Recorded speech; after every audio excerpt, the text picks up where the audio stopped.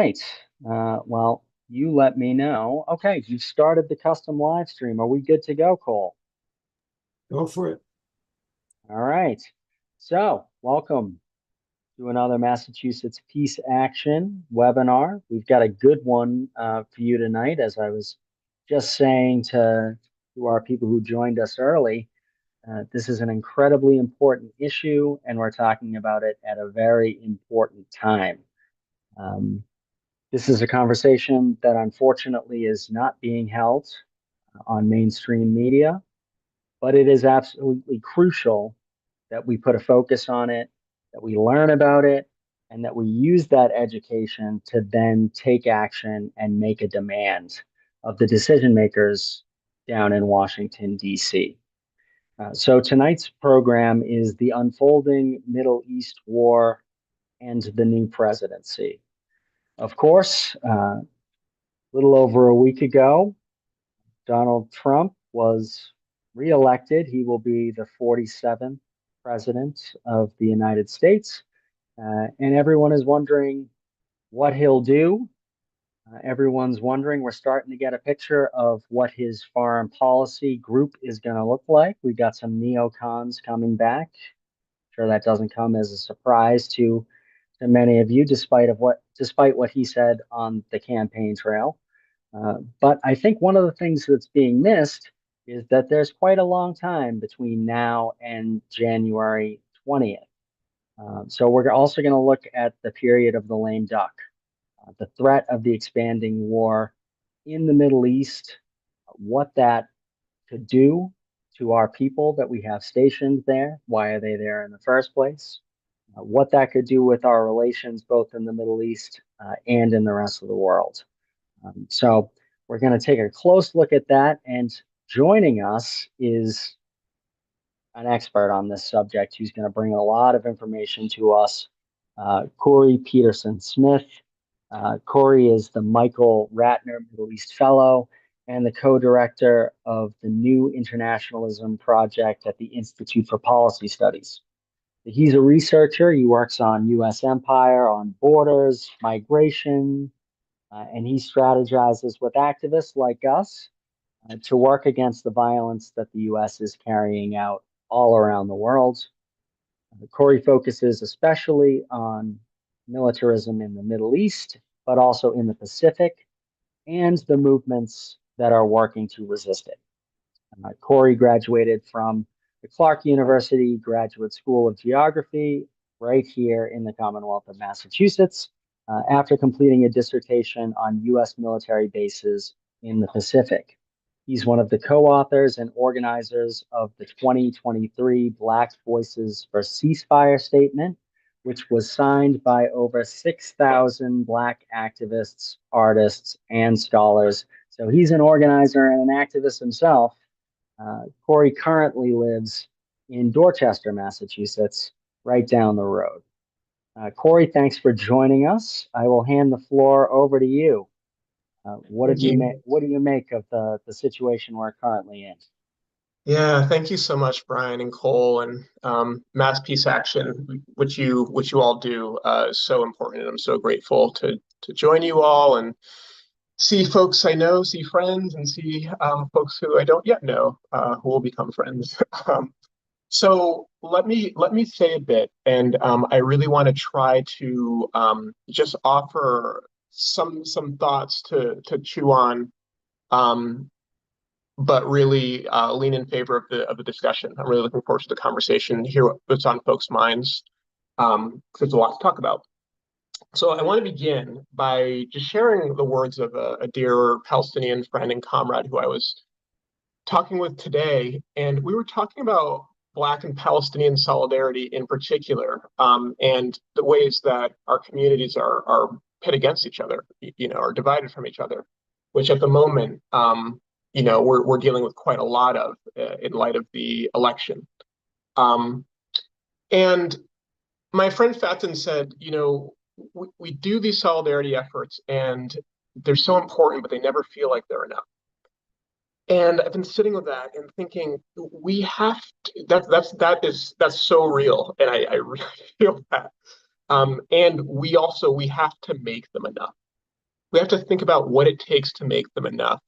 And I don't just mean between Black and Palestinian communities. We have to think about what it takes to build out and deepen our solidarity efforts between all the communities in this place called the United States, but not just between us either. Between those of us who reside within the borders of this place and people all around the world, especially those on the receiving end of U.S. violence. We have to think about how to make them enough, how to make these solidarity efforts enough. Now, of course, it has been a rough week after a rough year. It was a week ago today that we got the definitive news of who won the election. I know that we're all still reeling. But I was thinking, when we think about building on and deepening our solidarity and unity, I think there's actually an opportunity, a new opportunity post-election, because the election really complicated our unity, didn't it?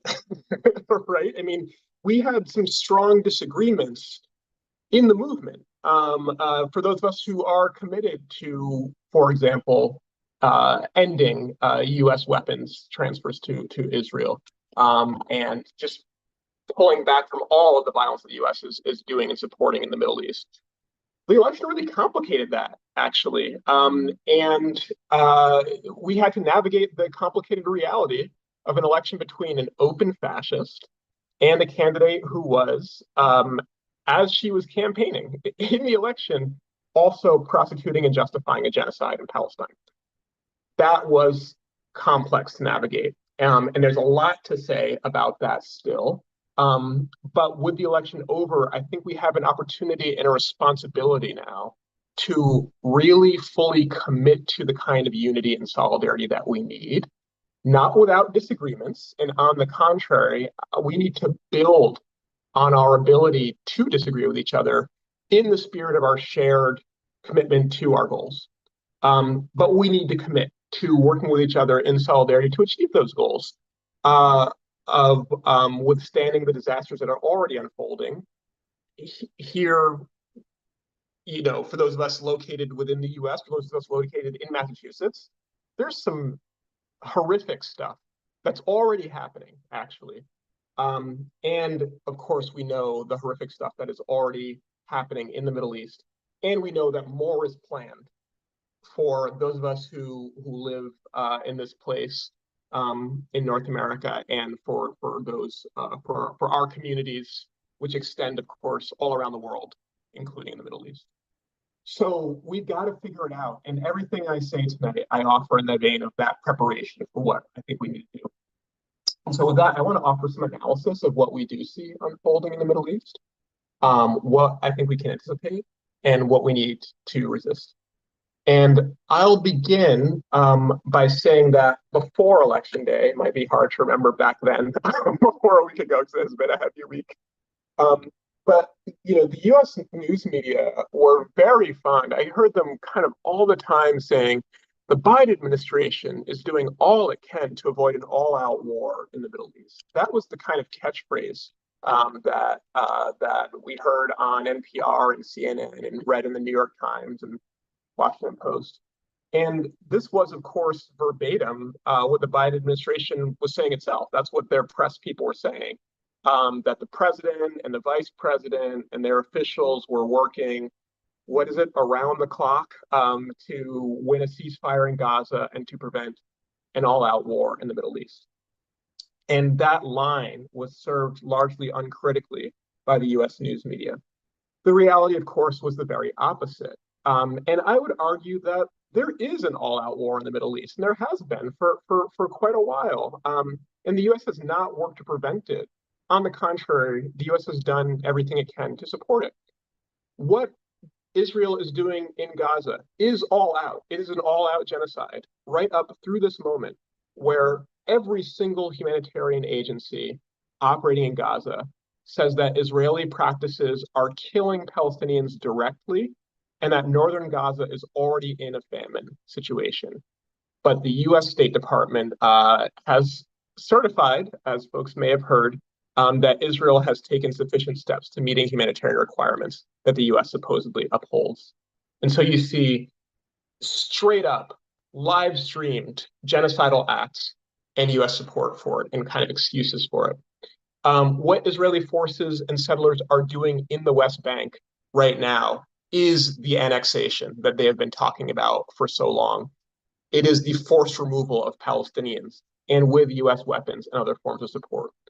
What they are doing in Lebanon, keep in mind, that first 2 weeks of the Israeli bombardment of this latest Israeli bombardment of Lebanon, CNN reported that Israel waged the most intense campaign of aerial bombardment outside of Gaza in the 21st century, which is really something when you consider what the U.S. did in Raqqa, what was done in Aleppo by Syria and Russia, what was done by the United States when it invaded Iraq in 2003. All of the horrific bombardments that Lebanon is actually, what Israel's done in Lebanon is historic. Israel has assassinated Iranian officials to provoke an Iranian response, which it received, and then used as a pretext to openly bomb Iran with fighter jets, which has never happened before. That's happening. It's already happening. Israel and the U.S. have both bombed Yemen repeatedly in the past year, targeting a country that has been devastated by a relentless bombing campaign in the last decade, also armed and supported by the United States, in that case carried out by Saudi Arabia and United Arab Emirates. Israel has bombed Syria on a nearly monthly basis. This is something that doesn't even garner a mention in U.S. news media. But if you haven't heard of it, just do an internet search for Israel airstrikes in Syria, and you'll just see how many times in the past year Israel has done this. The Israeli press talks about it all the time. The U.S. press doesn't. The U.S. is carrying out its own ongoing operations in Iraq, by the way, in the midst of all of this, some of which is related to Iraqi militias, which are engaged in, joining the fight against Israel, but others are part of these long-standing operations that the U.S. has been carrying out in Iraq for nearly 20 years now. That is also happening. And the U.S. has deployed thousands more troops just in the past couple of weeks, additional to the 40,000 permanently stationed in the region. So, there's this American discourse that we're kind of on this precipice of an all-out war, but that at the moment the White House is working to prevent it. I would argue we are in this thing. And not really we who live here, but the people of the Middle East are in this thing. They are experiencing it already. It can escalate, it can deepen, it can get worse, but it is happening. And I think that we need to acknowledge that. The Israeli officials are actually quite open about it. Netanyahu is calling this a seven-front war. I think there's a kind of honesty, actually, that Israeli officials have that U.S. ones do not. I think that the aversion to calling it an all-out war in the United States, and instead putting forward this frame that there's somehow on the precipice of a war, but that hasn't happened yet. I think it's related to two things. First is a normalization of U.S. and Israeli violence as a legitimate thing that happens, that's fine for Israel to carry out airstrikes, to carry out this horrific pager attack. I mean, inventing new forms of violence in Lebanon and in Gaza. There is, I think, a steady stream of argument from the U.S. that this is normal and to be accepted. In their words, it is self-defense, and therefore it's fine. This isn't all-out war. This is just kind of the routine self-defense. And the second and related thing is a normalization, again, really driven by U.S. officials and U.S. media, a normalization of the suffering of people in majority Muslim countries in the Middle East. In other words, it's not an all-out war because Americans and Israelis are not being killed in large numbers. As long as it's Lebanese folks, as long as it's Palestinians, as long as it's Yemenis who are suffering, as long as it's Syrians, again, as long as it's Iranians, that's not all-out war. That's just policy. And so there's this horrendous framework that really it dehumanizes the people of those places. But for what it's worth, the U.S. and Israel actually are taking steps that are driving a situation that is careening inevitably toward U.S. and Israeli casualties, actually. I mean, I don't see, given what they are doing, stationing more and more U.S. troops in the Middle East, carrying out provocation after provocation against Iran, what they're doing in Lebanon, what they continue to do in Gaza, inevitably, Israelis and Americans actually will be killed, if we stay on this track. In my opinion, that is actually strategic, at least on Netanyahu's part. When Israelis and Americans are threatened and hurt, Netanyahu has a new basis on which to demand increased U.S. military support, above and beyond the enormous support the U.S. has already given. And the U.S. has been all too happy to oblige. So I just start there. I know that the conversation, the title of this is the unfolding war, the unfolding situation, and then what we can expect from this new presidency. And the word unfolding is important because it's already happening. It already is unfolding. And actually, a conversation about what we can anticipate in terms of policy from the White House and so on, it has to start with right now. And it is important to start with, to have that view, actually, of what is, yes, there are differences between presidential administrations, but also that view of what continues. Because actually, what the U.S. is doing in the Middle East at the moment, what the Biden administration is doing and has done, in so many ways actually picked up the baton from the Trump administration. There were some differences between Biden and Trump. Trump, for example, unceremoniously expelled the Palestinian mission to the United States when he took office. He cut all funding to Palestinian agencies. Biden restored those things. That was a difference. But I think the continuity far, far outweighs that what differed. And in particular, Trump moved the U.S. embassy from Tel Aviv to Jerusalem. Biden didn't move it back. He accepted that decision. That has been the U.S. embassy since. And most significantly, the Abraham Accords, which were this kind of set of negotiations about normalizing relations with Israel between Israel and different Arab states. I mean, this was essentially the signature foreign policy achievement of the Trump administration. And Biden picked it up and ran with it, actually totally embraced the Abraham Accords uncritically. So these continuities are important. And whatever Trump does will be, in my opinion, building on what Biden has done, actually, right? So you see how there's a kind of thread actually connecting these administrations. Now, there will be new cruelties, I think, under Trump, or that are planned, that Trump is planning. For example, I think Biden has displayed an ambivalent approach toward UNRWA, the UN agency charged with caring for Palestinians in Palestine, Palestinian refugees in Palestine and neighboring countries. Biden has been ambivalent about it. On one hand, accepting Israel's claims that UNRWA is working with Hamas and really joining in the demonization of UNRWA, pausing U.S. funding to UNRWA, et cetera.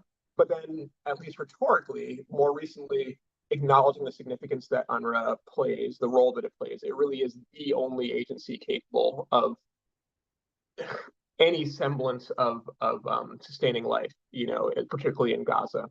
And there's been some, at least rhetorical acknowledgement by Biden administration officials on that more recently. And again, rhetorically, the Biden administration has called on Israel to protect aid workers and to respect international law, while in practice, of course, allowing Israel to do whatever it wants and arming it while it does those things. There will be no ambivalence under Trump.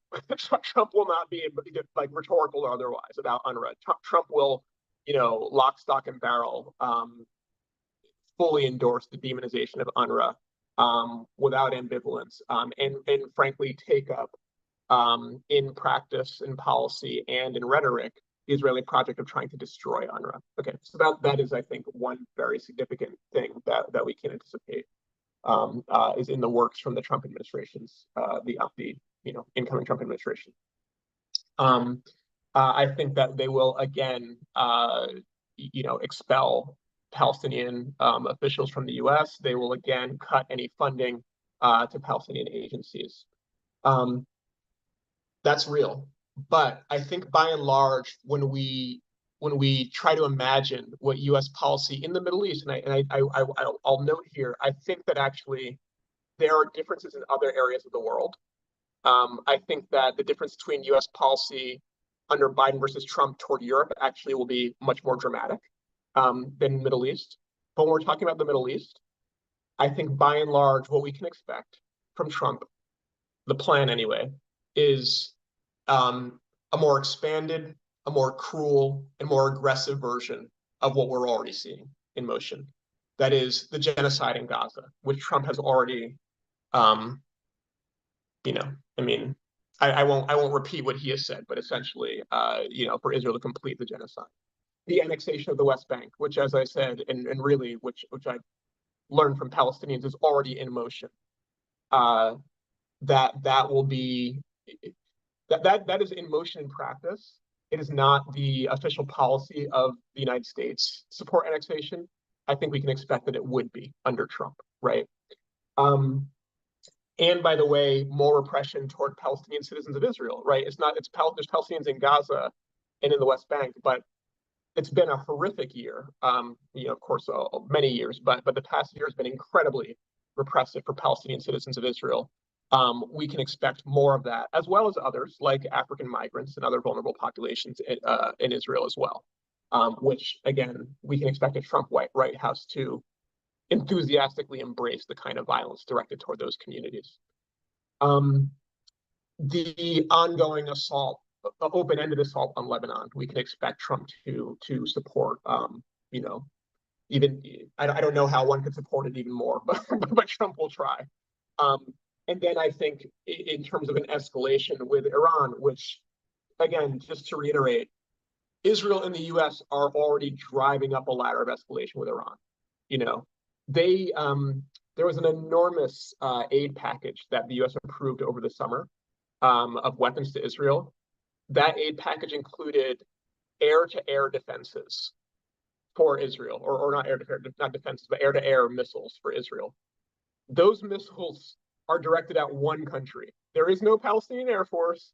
There's no Lebanese Air Force. The only reason why they would want air-to-air missiles is to fight Iran, right?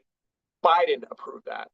And they are preparing Israel for more confrontation with Iran, and truthfully preparing the United States for more confrontation with Iran, with the number of U.S. personnel that are being deployed there, with the personnel who are increasingly directly engaged in Israeli operations in relation to Iran. That is, after Israel provoked an Iranian attack, by assassinating Iranian officials, and Israel, or rather Iran, responded with missiles and drones.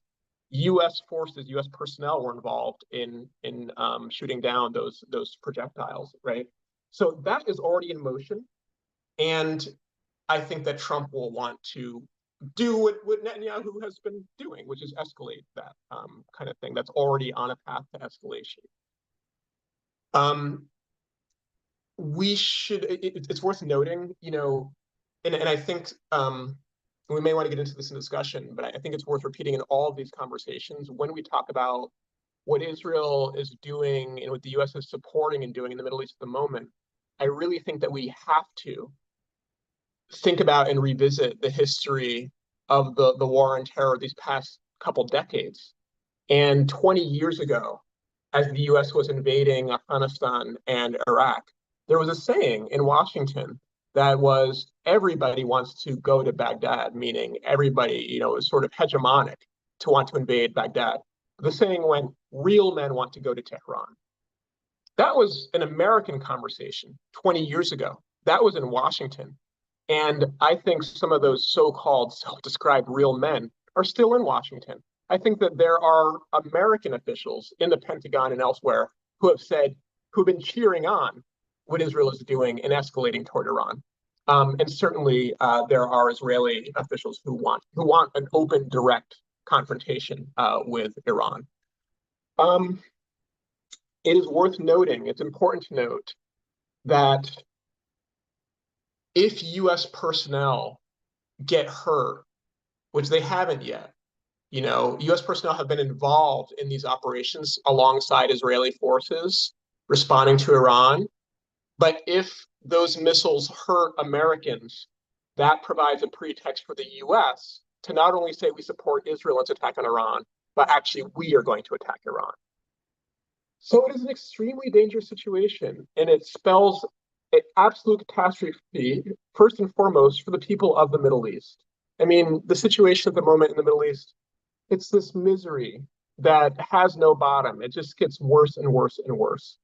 There is no restraint for Israel, and there is no restraint in Washington. But it's also worth noting that if this escalates in this way, in my opinion, it will not work out well for Israel or the United States either, actually. I think that things would go a lot, they would not go as Israel and the US kind of hope they would go. Just like, in my opinion, they have not gone exactly as Israel hoped they would go in Gaza. Israel has been incredibly proficient at aerial bombardment in Gaza to horrific effect. But when Israeli forces go on the ground in Gaza, it doesn't work out well for Israeli forces, actually. And that is doubly true in Lebanon, which, Hezbollah is stronger than Hamas is in Gaza. Lebanon was in a very difficult situation before this Israeli assault began, but Lebanon was not cut off from the world for 17 years the way Gaza was, right? Iran is stronger than Hezbollah, right? So they're fighting forces that are increasingly able to defend themselves.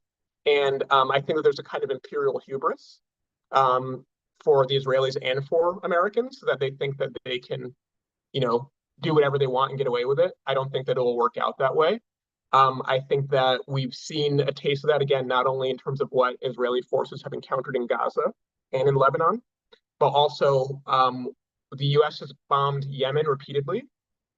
It has not stopped Houthi forces in Yemen from doing what they're doing, which is firing rockets at ships in the Red Sea. It hasn't stopped them at all. The idea that the U.S. can just drop some bombs and that'll force a country to surrender, I think that is over. So I think that that's worth saying.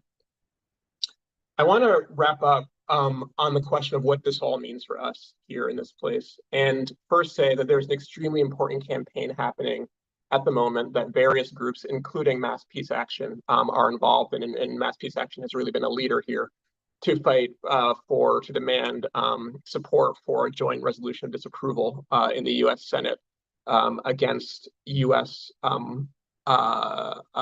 Military aid to Israel with certain weapons. It's a disapproval of the transfer of certain weapons to Israel. That's extremely important for so many reasons. One is that, for what it's worth, the U.S. is not only severely in violation of international law.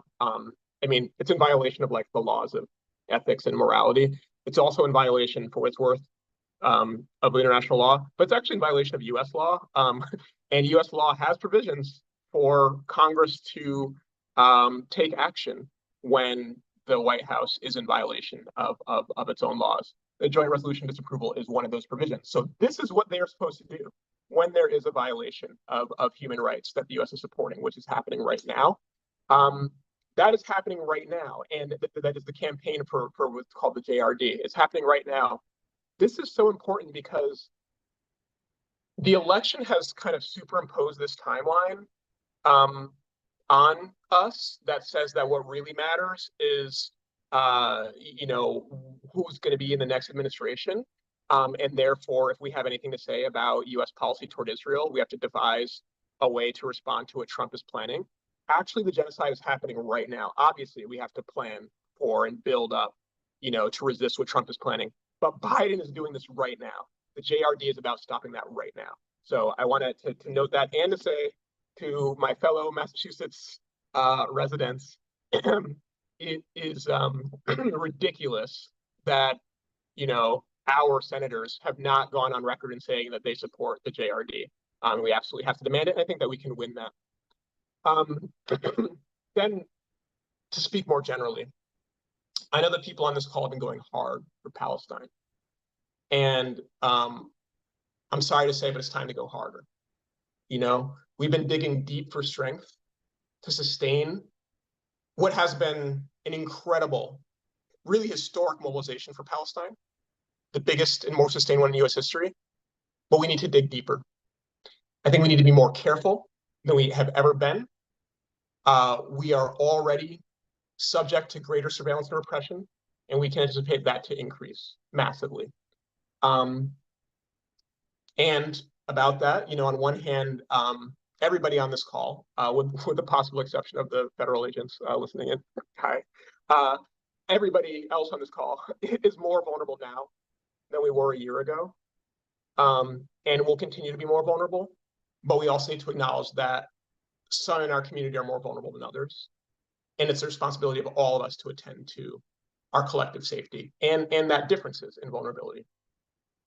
And I think we need to organize more creatively. I'll conclude on what I take as a hopeful note, which is that not only will our responsibilities grow, are our responsibilities growing, but I think that our opportunities could grow as well in a certain way, with all those caveats of what I just said, of the dangers that we face. Because when Trump came in last time, there were people who hadn't thought much about Islamophobia and then found themselves in the streets opposing a Muslim ban. Trump did an incredible job of connecting all these dots because what he was and is bringing is this whole package: anti-trans, anti-immigrant, anti-LGBTQ, against bodily autonomy, misogynistic, against reproductive justice, anti-Black, white supremacist. I mean, all of that is a package, and more violence abroad. And there are folks who maybe have thought about one of those things or two of those things, but when Trump presents them all together, there's an opportunity for us to say, Trump sees these as connected. You need to as well. And if you are rightly marching in defense of reproductive justice right now, you should also be marching with us to stop what the U.S. is supporting in Palestine, and stop the warmongering. And by the way, expand our notion of who deserves reproductive justice beyond the borders of this country to include Palestinian women, right? So I think that there is an opportunity there, and a challenge for us. Can we help people make these connections against militarism as we're making connections against so many things, and for so many things going into this new chapter? I'll stop there. I look forward to talking with you all. Thank you. Thanks, Khury. I really appreciate your words. I think you gave us a lot there and a good foundation to start a discussion.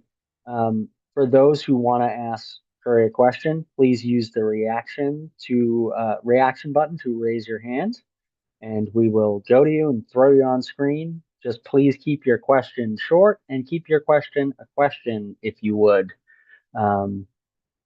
But I'll start off while people are coming up with their questions, and mine is about just this period of time between now and January 20th.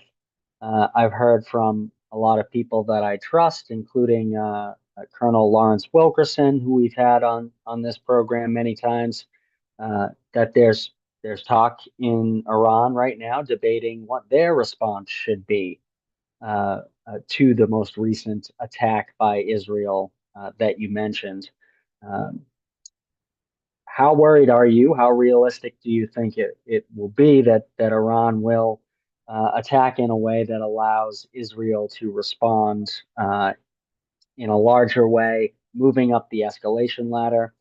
The other thing that I've been worried about is this talk coming out of folks like Senator Lindsey Graham and Senator Dick Blumenthal, that their plan to end the war in Gaza is to turn control over it to the UAE and Saudi Arabia in exchange for us securing their defense and going to war when they go to war, and perhaps giving them some nuclear material and nuclear know-how that could lead to a bomb. So those two things, Iran's reaction and this plan to to perhaps sell out Palestine wrapped in a humanitarian package for us?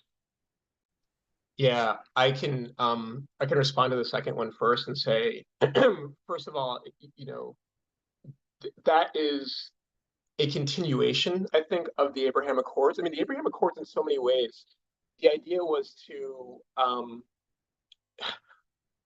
basically remove the question of Palestine and the fundamental injustice at the heart of the Israeli project, which is like the forced expulsion of Palestinians, and the oppression of Palestinians within their home, ever since the establishment of the state.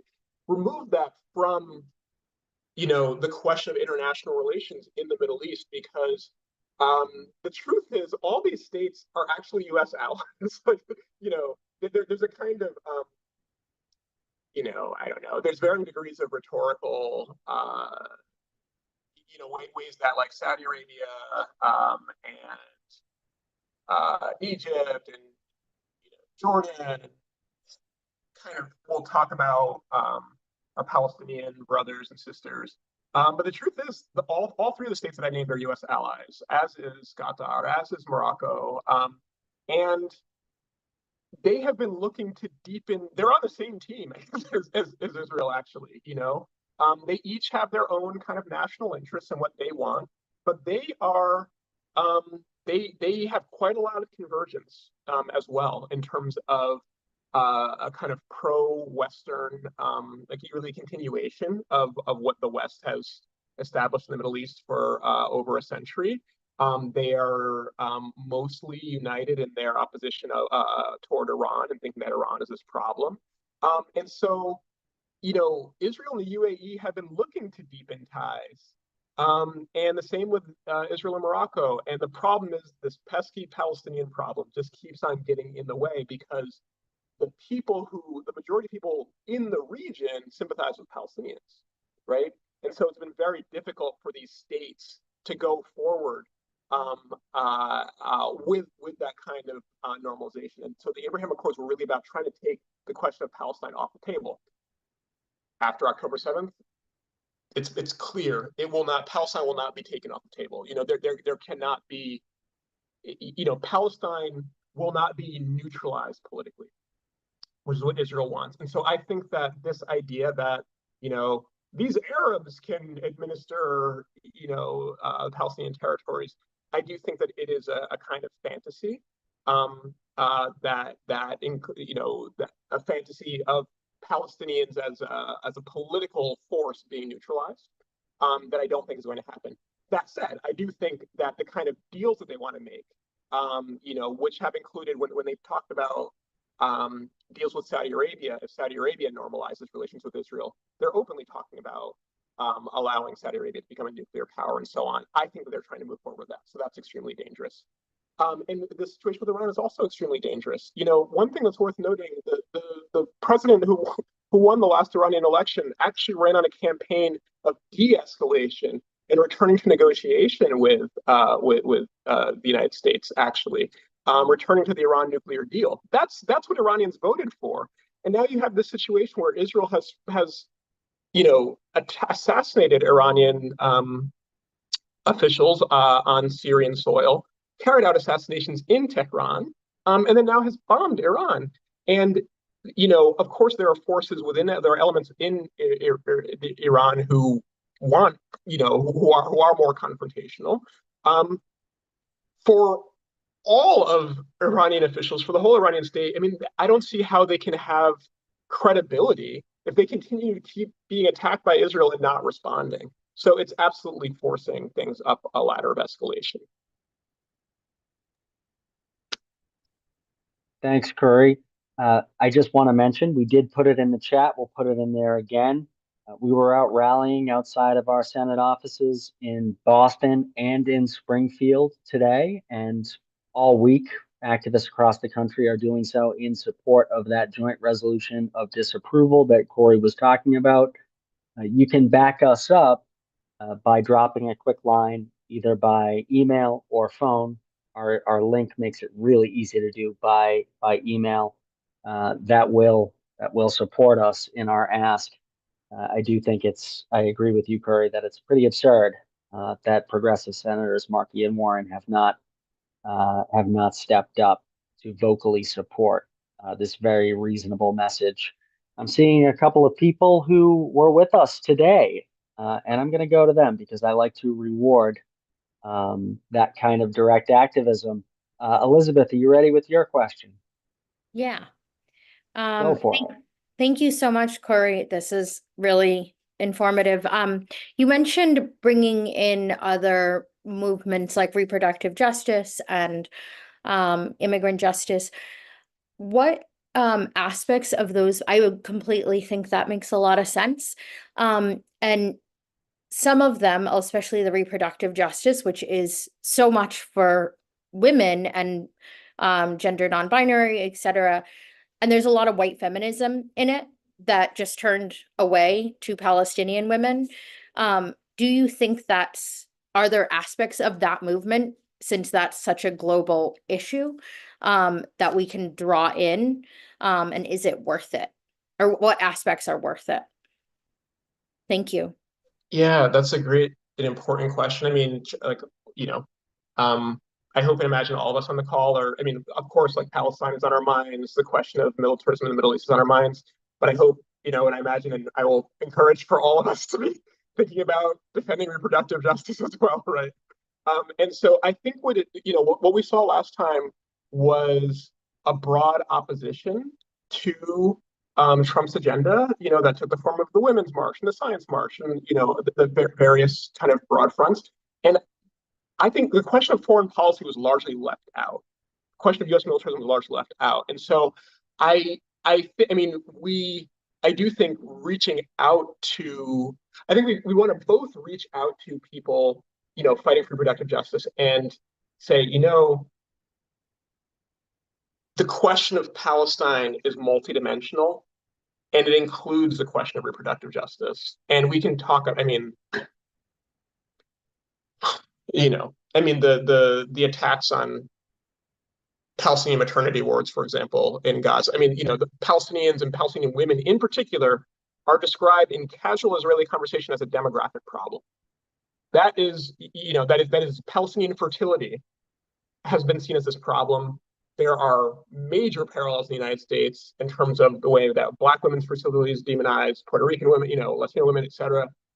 There's abundant connections to be made. But the other thing is,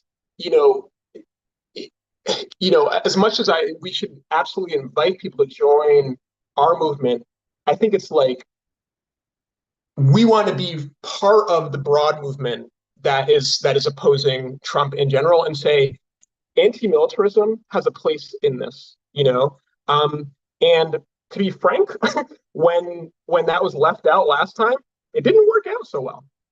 It certainly didn't work out for people around the world. It didn't work out for our resistance here, right? So it actually makes it, there's an argument that it'll alienate people if we talk about militarism or we talk about Palestine.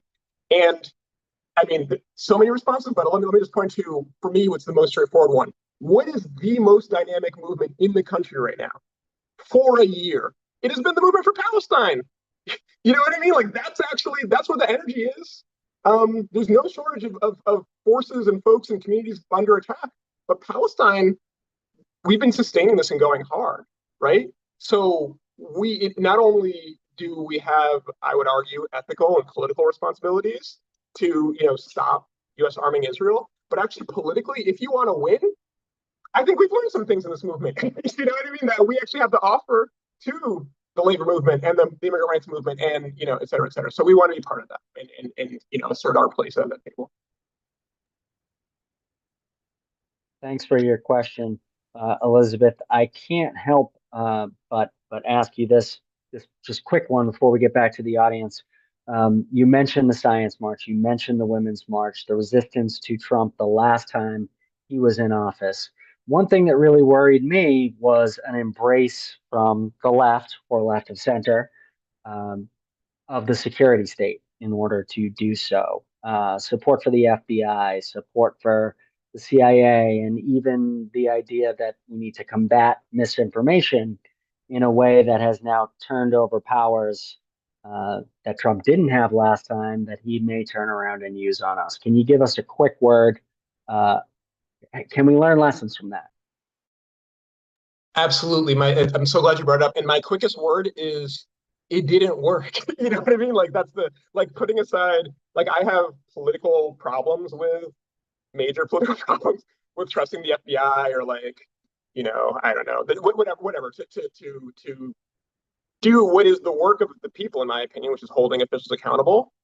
We can argue about that, like, my analytical problems with that and my historical problems with that.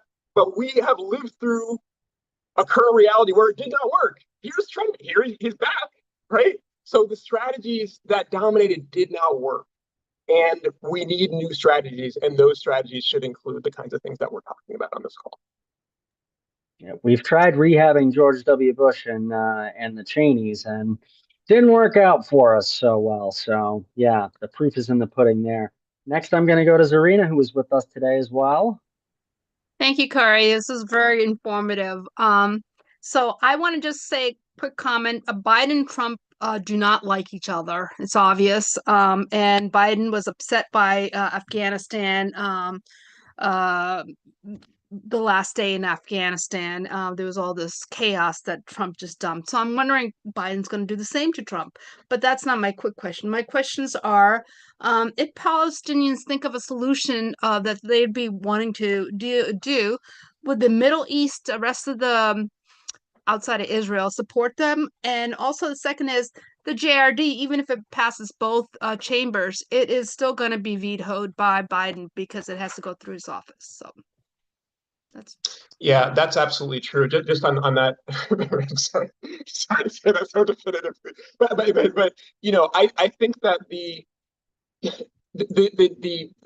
honest and painful truth. This is painful, and it's painful first and foremost for the people of Gaza, for whom every single day is long right now. Is that making this machinery that is feeding this genocide is so extensive. It runs so deep. And I think that it has been revealed, its architecture has been revealed to more people in this country than perhaps ever before, right? It is federal, state, and local. We have local officials defending this genocide. It incorporates every institution of higher learning in this country, from from MIT to small liberal arts colleges, which see themselves as normalizing, Zionist colonization. So that's all to say that the tragic reality is that there is no one key to turn that can unlock an end to the genocide. And that's devastating, And so the question I've been asking myself is, what is the constellation of events that have to come together? It won't be just one event. What's the number of things that need to happen that can grind this thing to a halt? And so I don't think that the JRD is like the key to unlock the end. My hope, and the way I think we should approach it, is that it is one part of a constellation of things that needs to happen.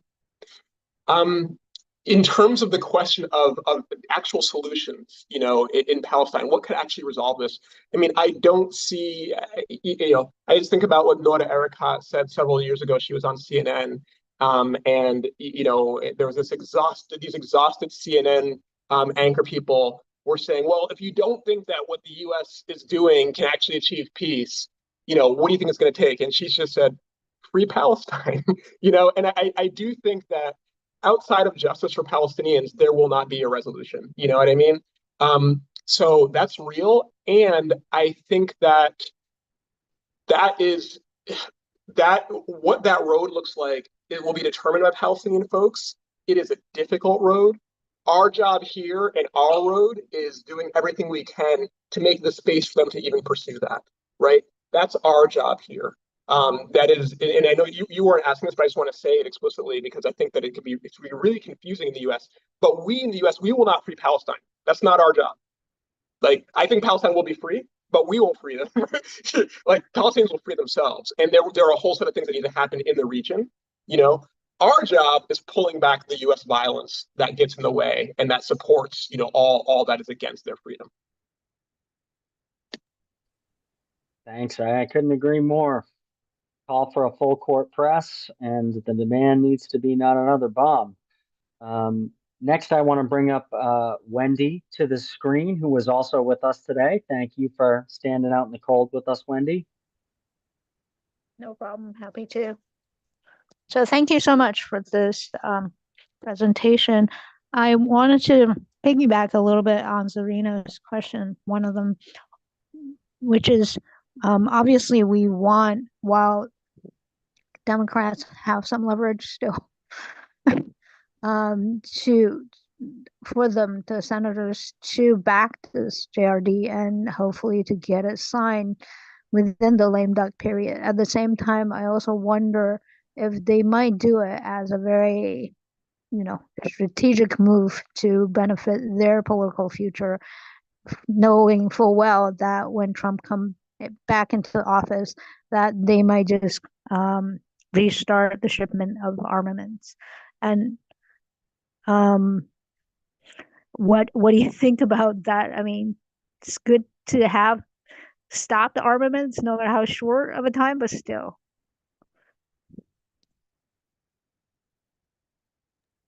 Yeah, I think this is such an important question, actually, because what it makes me think of is that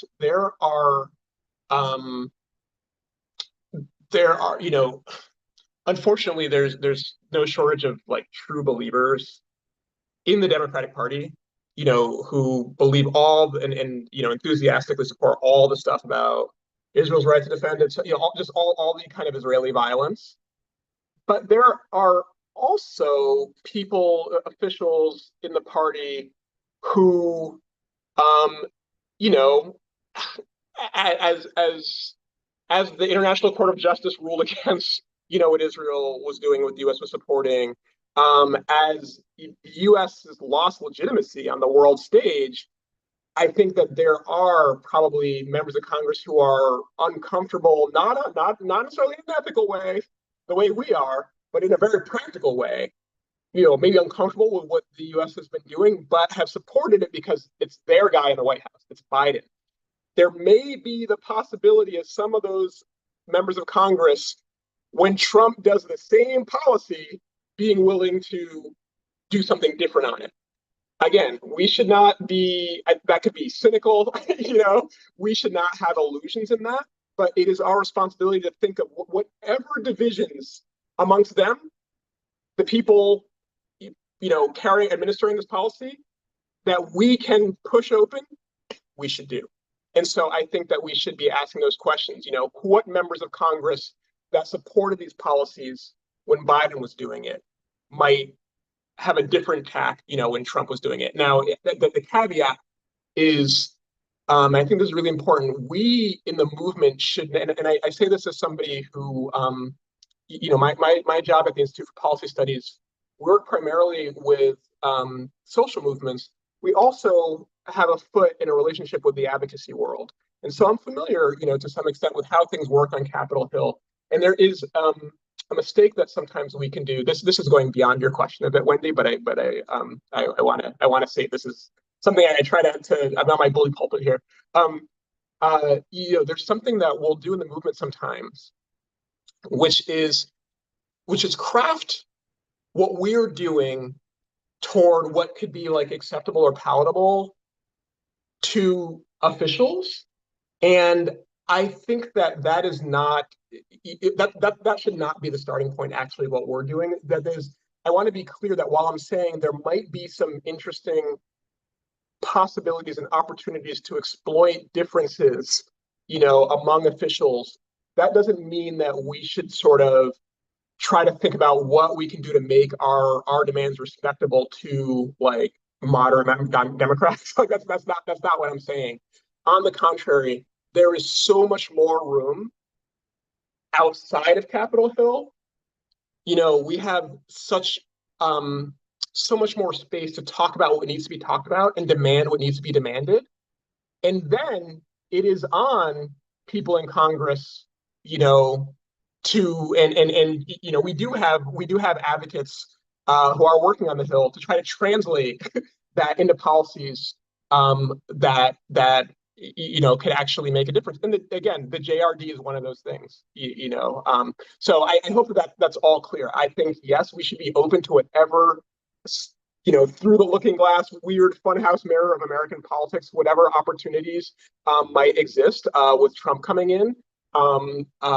And also be clear about the fact that the conversation that we're having needs to only expand and deepen and go well beyond what they are talking about on Capitol Hill. Thanks. Let's go over to Jeffrey next. Jeffrey, go ahead and unmute yourself. Put you up on the screen. Okay. Don't get scared by this, but I've been doing research lately about both Project 2025 and now the recent MAGA control government. Is concerned about this. Is it possible that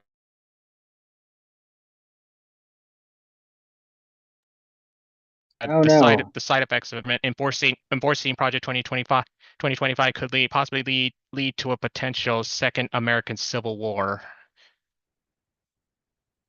Is that possible? I mean, that's a good question. And what I'll say, I mean,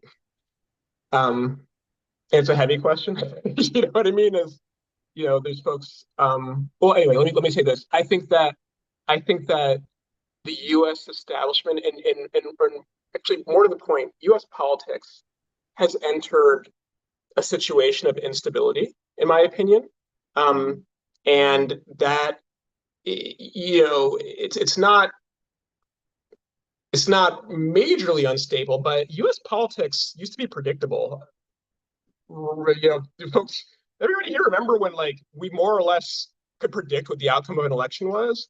That's no longer true. There's more variables, and I think that there's a lot of reasons for this, but I do think that after World War II, the U.S. Emerged the most powerful country in the world and came up with a strategy to maintain that supremacy that involved not only U.S. power, but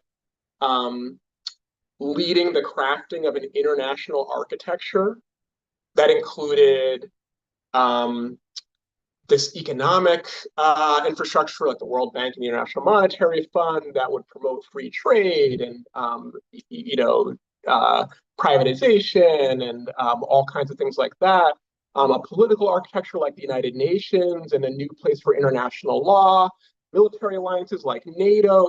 This was the kind of post-World War II infrastructure that the U.S. led the creation of and put itself at the head of and presided over what some call Pax Americana, a world ruled by U.S. empire.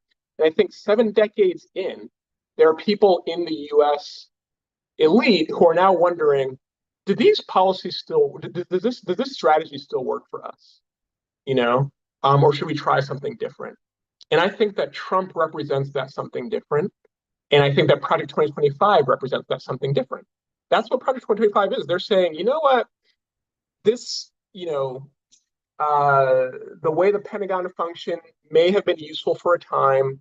Having things like the Department of Education, played a certain role. Having a Department of Homeland Security played a certain role. We think they no longer play this role. Let's try something different. And they might be overreaching, and so I think we'll see. But I do think that Project 2025 itself and Trump himself are the expressions of a new era in U.S. politics that is more unstable and less predictable. And I think that's scary. Like as dark and rank with injustice as the world, as the previous chapters of U.S. history, the ones that preceded this one were, protections that we have come to expect, like Roe v. Wade, like international law, which has never been actually really followed, but there was a kind of pretense. And those things we're entering an era where it's over. That's dangerous. It's scary. But I think we have to ask, for those of us who are concerned with demilitarization and with liberation, we have to think, if this country and the world are being reshaped, what is our role in reshaping it? What are we bringing to that table? And I think that what we bring will be a lot more compelling than Project 2025, right? Because it's not just like in the US elite that they're thinking maybe this isn't working. Certainly within the US population, there's a sense that this is not working for us. And unfortunately, that means that a lot of people are open to the problem as immigrants, the problem as trans folks. But I think that there are people who are open to a more libertarian, progressive, demilitarized vision of solidarity. And so what are we doing to assert that? Thanks, Jeffrey. Well, the mask is off for sure. And it's not going to be the FBI riding in to save us. Cynthia, I'm going to bring you up next. Go ahead and unmute yourself, and the floor is yours. Khury, my dear friend. Yeah, I do have a question while we have you on here. Thank you so much for everything that you shared with us and for just like the clarities that you're bringing to light. I'm really curious to hear, can you speak to the larger context of imperialist rivalry within which like the Trump administration, because it is an overtly white nationalist project. It's obviously an autocratic aspiring administration. And that is that the escalation of the war in the Middle East is also happening like inside of this larger context of competition with Russia, with China, the rise of BRICS. I think like one of the questions that was, or one of the tensions that we experienced for sure during the election season is the weaponization. I don't even want to say the weaponization, because I think there is a resurgence of nationalism across the board, right? Like it's global and it's happening fully along the spectrum of from like resistance to domination to rationalizing domination. So like in the context of the United States, like when kind of building on what you literally just said about like, what are we bringing to the table? I think like one big question for me is like, should our approach to nationalism, to the nation state, and here be deconstructive or reconstructive? Okay, I love this question. First of all, Cynthia, I'm sorry, I have to say this. Cynthia is an incredible poet. Everybody should read Cynthia's poetry. And also the amazing journal that she edits, which is called Adi, which is a really, which showcases very political and critical literary writings. So highly, highly, highly recommend. And thank you for joining and for raising this question. And I'm so glad you raised it, because one of the things that I think we have to do is not only be anti-militarist, but also internationalist. Like we should be against militarism and for decolonization. I think also positively internationalist, and that includes, of course, demanding demilitarization. Starting first and foremost here, this heavily militarized country called the United States. But it also means engaging with and paying attention to, what's happening around the world. And part of that is a rejection of the kind of American exceptionalism that somehow the US is above or different from these global dynamics. I mean, of course, there are these things that are unique to the United States, let's just say. But the rise of nationalism, the rise of religious nationalism. I mean, there is a far-right Hindu fascist version of that that's rooted in India. There is a Jewish supremacist version of that is rooted in Israel. There are various kinds of religious Islamic or Islamic nationalisms rooted in different places in the world. And there is a Christian nationalism that is also rooted in a number of places in the world. There's a Russian version of it. There's a US version of it. There's various versions of it. And so the US is both part of that dynamic and helping to drive that dynamic. This is why you see people on the far right in Australia with MAGA flags. They understand. It's why CPAC, the big right wing PAC, Political Action Committee, held their conference in Hungary last year. So they get it. They're nationalists who are international and have their own very messed up version of internationalism, that understands that what they do here is related to what happens there. And it is, it's one reason, it's one of the big inconsistencies and contradictions actually with Biden's support for Israel, because Biden says we need to stand against MAGA religious nationalism in the United States, but I'm going to support, Benjamin Netanyahu is on the forefront of religious nationalism and far-right authoritarianism, and so actually Biden has been giving life to that via Israel, while he claims to be, and I think there's some genuine among Democrats are like, oh, we can't have, authoritarianism here, but we'll support it there, Well, guess what? We share one world. So the question of the nation state, which is my very favorite thing to talk about, and we're coming at the end of our time, so I won't get fully into it, but I think the nation state. I'm just gonna lay it out. I think that the nation state has been a problem. It is the primary. It is the political container that is considered legitimate, kind of the only political container that's considered legitimate in the world. That if you want to see something happen in the world politically, or if you want to see something change, that some government has to do it, has to advance that project. And I think that it's problematic. I think that it leads people who are internationalists, who are anti-militarists, to support governments that, in my opinion, do horrendous things to their populations, but maybe disagree with U.S. imperialism. And I think that it confuses. I think it's been a problem, and I think that when we think about things like social movements and the various ways that the various forms of popular power, ways that people have come together in community to demand and achieve change beyond, and dare I say, against governments, we have to think about those and cultivate those and foster those. So I'll leave it there. Hit me up. Everybody feel free to hit me up if you want to talk more about the nation state, because I'd love to.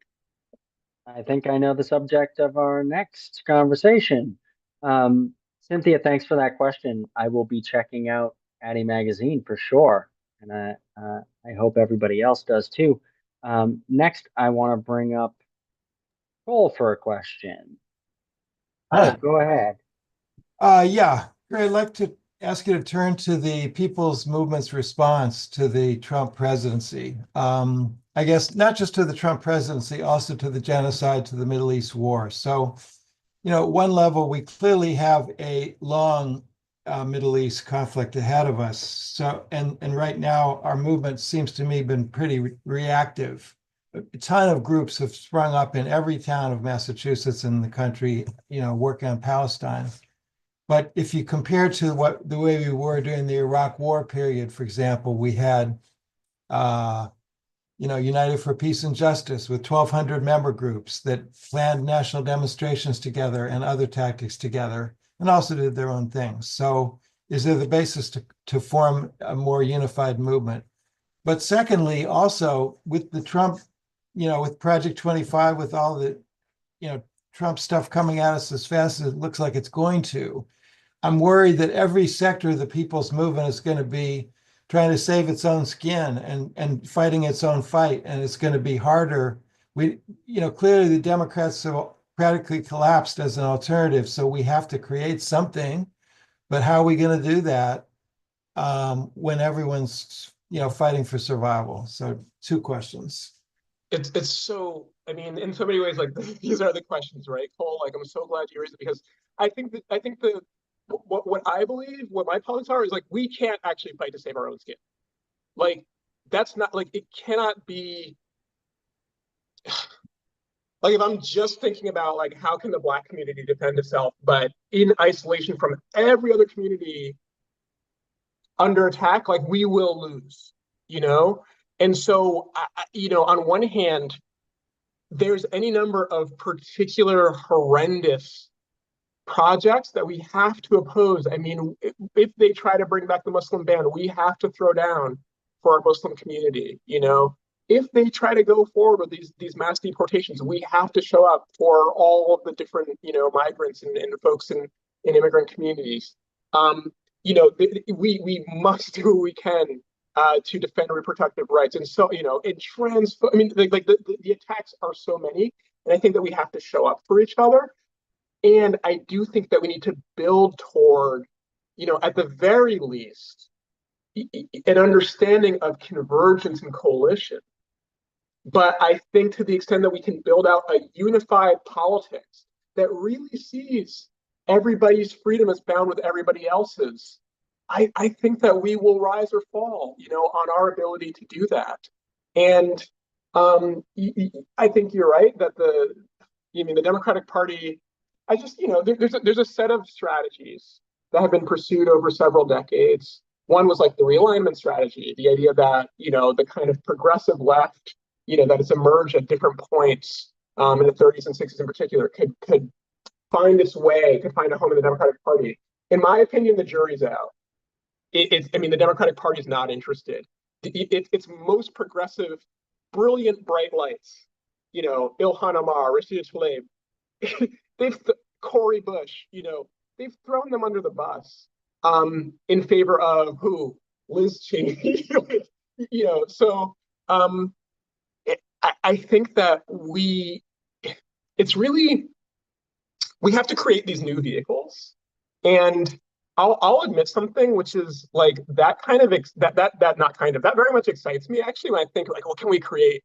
I understand not everybody is excited about it. I understand it's really scary to people actually.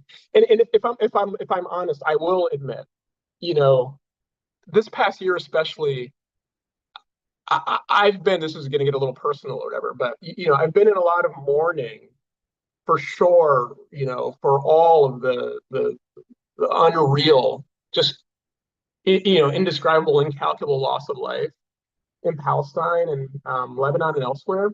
But to be honest, I've also been in mourning for a world that I knew, as like messed up as it was, like realizing it's over. It's over. And we're entering this new world that we don't know what all it looks like or what its contours will be. And it's scary, so I want to acknowledge that, but here we are. And I think that the courage to be honest about what we're facing, to acknowledge that strategies that were tried last time, like I'm so glad Brian keeps bringing up the FBI and the Department of Justice, even pursuing criminal charges against Trump. I mean, of course, he should be held accountable, but like, if that was the idea, that would stop Trump, it didn't work. And so we've got to create new things. And that in so many ways is our challenge. And it really, I know that it sounds cliche, but we really do. We only have each other, but not just each other. Like when I think about the fullness of history and all the ways, like we're actually not the first people in history or like the only people in the world who are confronted with like horrific authoritarianism and militarism. There's like abundant lessons for us as well that we need to draw on as we create some new vehicles. I'm not sure, Khury. I think if the Democrats campaign with the ghost of Barry Goldwater next time, they might just have it. One last question. It's an easy one. Where can people find and support your work? Oh, that's a great question. So I work at the Institute for Policy Studies, and our website is ips-dc.org. And I am not good at keeping track of the stuff I write, but our communications department is very good at it. So if you're interested in stuff I write or stuff that my coworkers write, you can find that.